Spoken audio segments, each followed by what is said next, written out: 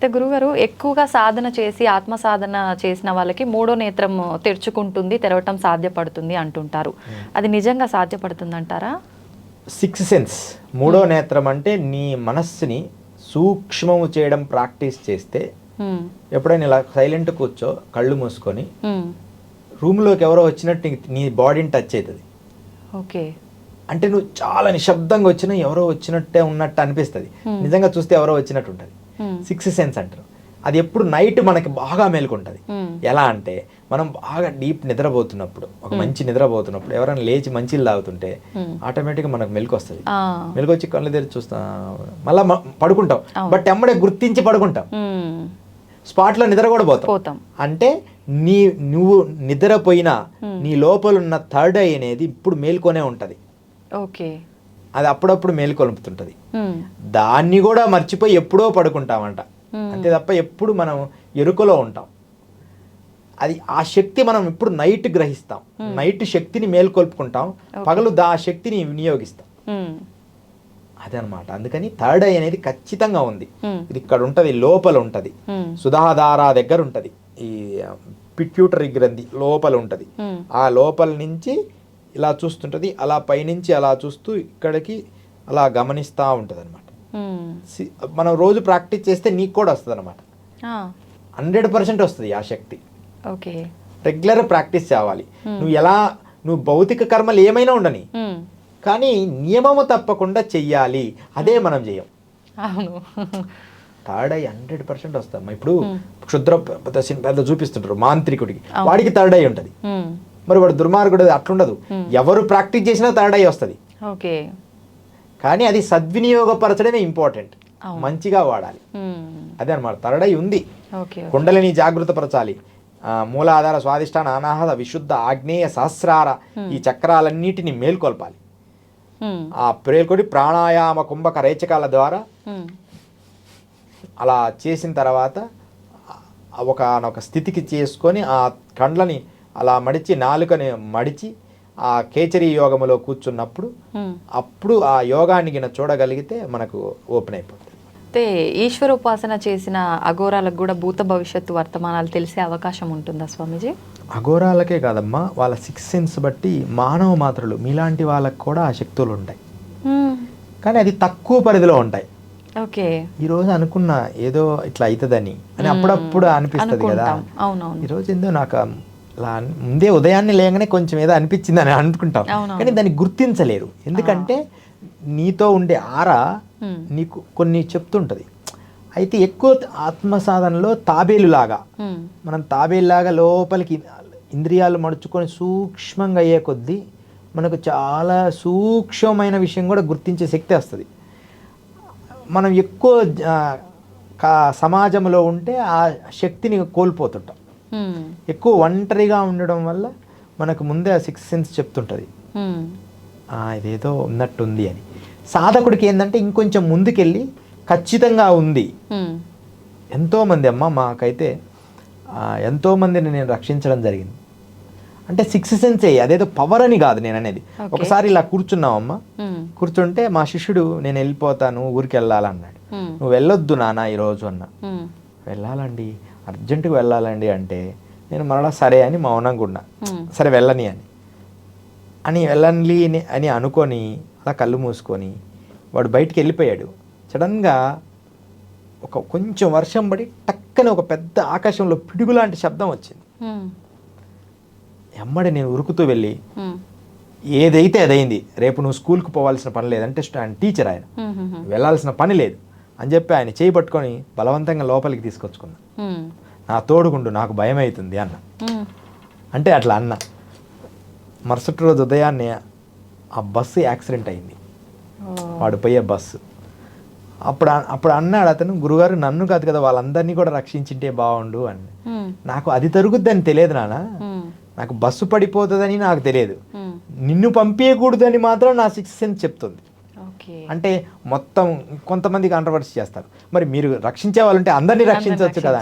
నిజంగా బస్సులో నేను ఉంటే ఏమన్నా చెప్పేది నేను అతని మీద ఫోకస్ చేస్తున్నా, అతనికి ఏదో జరుగుతుందని నా సిక్స్త్ సెన్స్ చెప్పింది.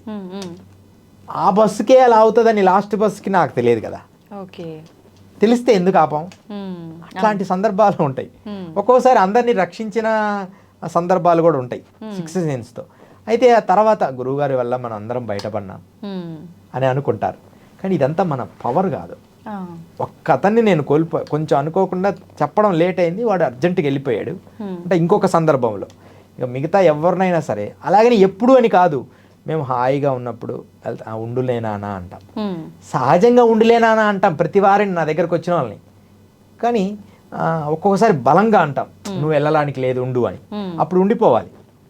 కొంతమందిని వెళ్ళిపో, నువ్వు వద్దు వెళ్ళిపో అన్నప్పుడు వెళ్ళిపోవాలి అంతే. ఇట్లా మన తపస్సు వల్ల అలాంటి శక్తి ఏర్పడుతుంది ఆటోమేటిక్గా మన జ్ఞానానికి. మీకు మోక్షగుండం విశ్వేశ్వరయ్య తెలుసా? అవును, ఆయన పెద్ద ఇంజనీర్ కదా. ఆయన ఇంజనీర్ కదా, ఆయన సిక్స్త్ సెన్స్, ఆయన థాట్స్, ద థాట్సే మెయిన్ ఎనర్జీ. అంత ఇంజనీర్ చదివాను. ఆయన ట్రైన్లో వెళ్తున్నాడు, బ్రిటిషర్లందరూ కూర్చున్నారు. ఆ బ్రిటిషర్లందరూ తిని చూసి నల్లగా ఉంటాడు, కొంచెం పళ్ళు వంకరగా ఉంటాయి, పైన కప్పు కట్టుకున్నాడు, ఆయన ఎవరైనా అని కొంచెం తక్కువగా చూస్తున్నారు అతను. కరెక్ట్గా ఒక ప్లేస్కి రాగానే ఆయన చైన్ లాగాడు. చైన్ లాగానే బ్రిటిషర్లు కదా అప్పుడు భయంకరమైన కోపం, నీకు పిచ్చా, నువ్వు అసలు జ్ఞానం లేదా అని చెప్పి మోక్షగుణం ఎంతో రకంగా అన్నారు ఆయన. కాదండి, నా థాట్స్ చెప్పింది, ఎక్కడో పట్టాలు ఏదో తేడా కనపడుతుందండి, కింద ఉండే రైలు పట్టాలు నాకు క్లియర్గా తెలుస్తుందండి అన్నాడు. అనగానే పోయి కొద్దిగా దూరంలో పోయి చూస్తే పట్టాలన్నీ ఇరిగి పక్కన పడి ఉన్నాయి. ఎమ్మడే అందరు ఆశ్చర్యపోయి అప్పుడు దండం పెట్టారు. అలాంటి పర్సన్ని ఒక దేశంలో వేరే కంట్రీలో ఒక బ్రిడ్జి కడితే, ఇండియాను ఒక ఆ ప్లేస్లో లండన్లో ఎక్కడో మన ఇండియా అనే పేరు వచ్చేటట్టు అది వాటర్లో కట్టాడు. వాటర్లో కట్టి అది ఓపెన్ అయిన తర్వాత ఇండియా అని వచ్చేసింది ఆయనకి. అది ఏమన్నా ఒక్క బోల్ట్ ఇండియా అని తీసేస్తే ఆ బ్రిడ్జి కూలిపోయేటట్టు పెట్టాడు డిజైన్. ఆయన బ్రెయిన్ చివరి దశలో ఆయన బ్రెయిన్ కూడా చెకప్ చేయాలంటే కొంతమంది ఒప్పుకోలేదు. అలాంటి సైంటిస్టులు ఉన్నారు. ఆ బ్రెయిన్, యోగుల బ్రెయిన్ కూడా అలాంటిదే, అంత డెవలప్ చేస్తారు. అది ఒక సిక్స్త్ సెన్స్ అన్నమాట. వాళ్ళు కరెక్ట్గా వారి జీవితంలో డ్యూటీ ఈజ్ గాడ్ అనే పదంగా తన కర్తవ్యాన్ని తను సిన్సియర్గా చేసే వాళ్ళకి, జాగ్రత్తగా చేసే వాళ్ళకి, క్రమశిక్షణ, టైము, పంక్చువాలిటీ ఉన్న వాళ్ళకి ఆటోమేటిక్గా సిక్స్త్ సెన్స్ కూడా సపోర్ట్ చేస్తుంది. ఓకే. విచ్చలివిడితనం ఉండే వాళ్ళకి బ్రెయిన్ కూడా విచ్చలివిడితనం ఉంటుంది, అదుపులో ఉండదు. అది కంటిన్యూ అలవాటు అయింది కదా. పంక్చువాలిటీ ఉన్న వాళ్ళకి కొంచెం ఇబ్బంది అనిపిస్తుంది వాళ్ళతోటి మనకి, అయినా వాళ్ళది సిక్స్త్ సెన్స్ బాగుంటుంది. అందుకని ఖచ్చితంగా భూత భవిష్యత్తు వర్తమానాలు చూసే శక్తి మానవుడికి ఉన్నది. అది సిక్స్త్ సెన్స్ అనుకోండి, థర్డ్ ఐ అనుకోండి.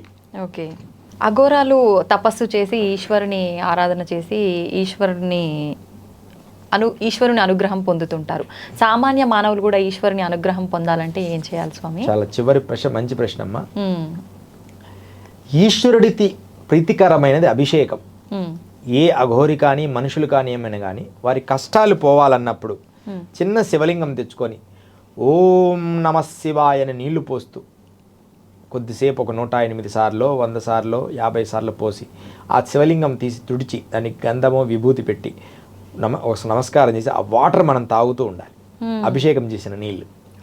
అలా మనం తాగుతూ అలా ఈశ్వరుడికి ప్రణితాపం అయితే ఖచ్చితంగా ఈశ్వరుడు అనుగ్రహాన్ని పొందుతారు. అది ఒక అఘోరి కావచ్చు, అనుష్ఠానం చేసేవాడు, పూజలు చేసేవాళ్ళు కావచ్చు. మనకి శృంగేరిలో జగద్గురు శంకరాచార్య పీఠంలో చంద్రమౌళీశ్వర స్వామికి అభిషేకం జరుగుతుంది. ఎంత అద్భుతం అంటే ఆ అభిషేకం చేసిన ఆ జలం మళ్ళీ మనం స్వీకరిస్తే ఎంతో మంచిది. అదొక పవిత్రమైన అభిషేకం. ఎవరైతే నిష్టగా చేస్తారో, ఈశ్వరాధారణ చేస్తుంటారో, మనలో దోషాలు, కల్మషాలు, కామ, క్రోధ వికారాలు ఉంటాయి, అవన్నీ పోవడానికి ఈశ్వరుడే గొప్పవాడు. మనం ఈశ్వరుని ఆరాధిస్తే మన ఆటోమేటిక్గా మనం అడగకపోయినా మనలో ఏ కర్మలు ఉన్నాయో అవి తొలగించడానికి ఈశ్వరుడు చాలా హెల్ప్ చేస్తాడు. అందుకని ఎవరన్నా దోషాలంటే చాలు, మీరు శివాభిషేకం చేసుకోండి అంటారు. అంటే ఆ అభిషేకం చేస్తే చాలు మనలో ఉన్న శక్తి అంతా హాయిగా ఉంటుంది. పెద్ద పెద్ద యోగా సెంటర్స్లో కానీ ఎక్కడైనా సరే ఎక్కువ ఈశ్వర అభిషేకానికి చాలా ప్రాధాన్యత, ఆ ఈశ్వర లింగానికి కూడా ప్రాధాన్యత. అపాతాల నమస్థలం, ఈశ్వరుడు అపాతాల నుంచి వ్యాపించి రౌండ్గా ఒక ఆరాలాగా ఉంటాడు. మన బాడీ ఆరా ఎలా ఉంటుందో అలా ఉంటాడు. అందుకని ఈశ్వరుడికి ప్రణితాపమయ్యి ఆ ఈశ్వర లింగాన్ని ఇలా మనస్సులో దృష్టిలో పెట్టుకొని ఓం నమ శివాయ అని ఈశ్వరుడికి అభిషేకం చేస్తుంటే ఖచ్చితంగా మనుషులకు ఎంత ఖచ్చితంగా శక్తి వస్తుంది, యోగులకి సాధకులకి కాదు, మనుషులు కూడా తరించవచ్చు ఈశ్వర శక్తి వల్ల. ఓకే, అది ఈశ్వర శక్తి. దాని పంచాక్షరి మంత్రముతో మనం నిత్యం 1,00,000 పంచాక్షరి చేస్తే అమ్మా, ఓం నమశివాయ 1,00,000 చేస్తే ఖచ్చితంగా ఏదో పవర్ వస్తుంది. మీరు రాసి పెట్టుకోండి అంతే, ఏదో ఒక పవర్ నీకు అయితే మేలు జరుగుద్ది. రోజు నిత్యంగా కూర్చొని ఓం నమశివాయ అని చేస్తే 1,00,000 నువ్వు ఎంతో గొప్ప స్థాయికి వెళ్ళిపోతావు. చేసి చూడు, ఏదో ఒక టైంలో రోజు కొంచెం చేసుకుంటూ 1,00,000 పూర్తి చేయి. నేను కొంచెం చేసిన తర్వాత ఎమ్మడే కోరిక కోరొద్దు, నేను ఇంత చేశాను స్వామి నాకు అది చేసేటట్టు పెట్టనకుండా 1,00,000 పూర్తి చేసినాక ఆటోమేటిక్గా నీకు ఒక పవర్ వస్తుంది. మంత్రానికి ఆ శక్తి ఉంది, ఆ ఈశ్వర లింగానికి ఆ శక్తి ఉంది. ఇది యోగులు నిరూపించారు, సిద్ధ పురుషులు. అమ్మ జై గురుదత్త. శ్రీమాత్రే నమః. సర్వమంగళాని భవంతు. శ్రీ గురు దత్తాత్రేయాయ నమః. ఇవన్నీ లోకహితమై వీటిల్లో మంచిని గ్రహించి ధరించాలని నా సంకల్పం. తప్పకుండా గురుగారు. సర్వమంగళాని భవంతు.